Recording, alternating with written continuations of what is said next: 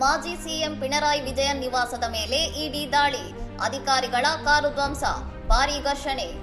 ಕೇರಳದ ಮಾಜಿ ಮುಖ್ಯಮಂತ್ರಿ ಪಿಣರಾಯಿ ವಿಜಯನ್ ಅವರ ನಿವಾಸದ ಮೇಲೆ ಇಡಿ ಅಧಿಕಾರಿಗಳು ದಾಳಿ ನಡೆಸಿದ ಸಂದರ್ಭದಲ್ಲಿ ಸಿಪಿಐ ಬೆಂಬಲಿಗರು ಅಧಿಕಾರಿಗಳ ಮೇಲೆ ದಾಳಿ ನಡೆಸಿದ್ದಾರೆ. ಸಿಪಿಐ ಕಾರ್ಯಕರ್ತರ ಆಕ್ರೋಶದ ದಾಳಿಯಿಂದಾಗಿ ತನಿಖೆಗೆ ಬಂದಿದ್ದ ಇಡಿ ಅಧಿಕಾರಿಗಳ ವಾಹನದ ಕಿಟಕಿ ಗ್ಲಾಸ್ಗಳು ಸಂಪೂರ್ಣವಾಗಿ ಪುಡಿಪುಡಿಯಾಗಿವೆ.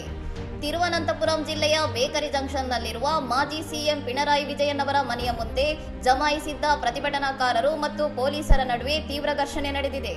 ಕಣ್ಣೂರಿನಲ್ಲಿರುವ ಪಿಣರಾಯಿ ವಿಜಯನ್ ಅವರ ನಿವಾಸ ಹಾಗೂ ಕೋಯಿಕೋಡ್ನ ಕೊಟ್ಟುಲಿಯಲ್ಲಿರುವ ಮೊಹಮ್ಮದ್ ರಿಯಾಜ್ ಅವರ ನಿವಾಸಿಗಳ ಮೇಲೆ ಇಡಿ ಅಧಿಕಾರಿಗಳು ಏಕಕಾಲದಲ್ಲಿ ಶೋಧ ಕಾರ್ಯ ನಡೆಸಿದ್ದಾರೆ. ಕೋಯಿಕೋಡ್ನಲ್ಲೂ ಸಹ ಪೊಲೀಸರು ಮತ್ತು ಸಿಪಿಐ ಕಾರ್ಯಕರ್ತರ ನಡುವೆ ಸಂಘರ್ಷ ಭುಗಿಲೆದ್ದಿದ್ದು, ಆ ಬಳಿಕ ಸ್ಥಳೀಯ ನಾಯಕರು ಮಧ್ಯಪ್ರವೇಶಿಸಿ ಪ್ರತಿಭಟನೆಯನ್ನು ನಿಯಂತ್ರಣಕ್ಕೆ ತಂದಿದ್ದಾರೆ. ರಾಜಕೀಯ ವಲಯದಲ್ಲಿ ತೀವ್ರ ಸಂಚಲನ ಮೂಡಿಸಿರುವ ಈ ಇಡಿ ಶೋಧ ಕಾರ್ಯಾಚರಣೆಯು ಉದ್ವಿಗ್ನ ವಾತಾವರಣದ ನಡುವೆಯೇ ಸುಮಾರು 8 ಗಂಟೆಗಳ ಕಾಲ ಸುದೀರ್ಘವಾಗಿ ನಡೆದಿದೆ.